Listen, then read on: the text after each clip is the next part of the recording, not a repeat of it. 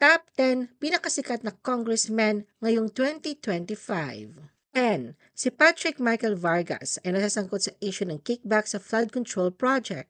9. Si Zaldico ay iniuugnay sa umano'y anomalya sa 2025 national budget ng flood control projects. 8. Si Arjo Ataide ay iniuugnay sa katiwalian sa flood control projects lalo na matapos lumabas ang larawan kasama ang mga nag-akusa at isang dating DPWH engineer noong September 2025. 7. Si Paulo Duterte ay iniuugnay sa katiwalian kaugnay ng 51 billion pesos na pondo para sa kanyang distrito mula 2020 hanggang 2022.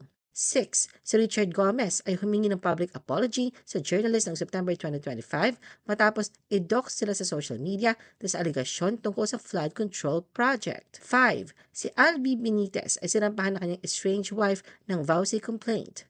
4. Iginiit ni Toby Tiangco na si Zaldico na sa likod ng 13.8 billion pesos insertion sa 2025 national budget. 3. Sinabi ni Sandro Marcos sa press briefing na kulang sa kredibilidad ang Kamara para imbestigahan ang flood control anomalies.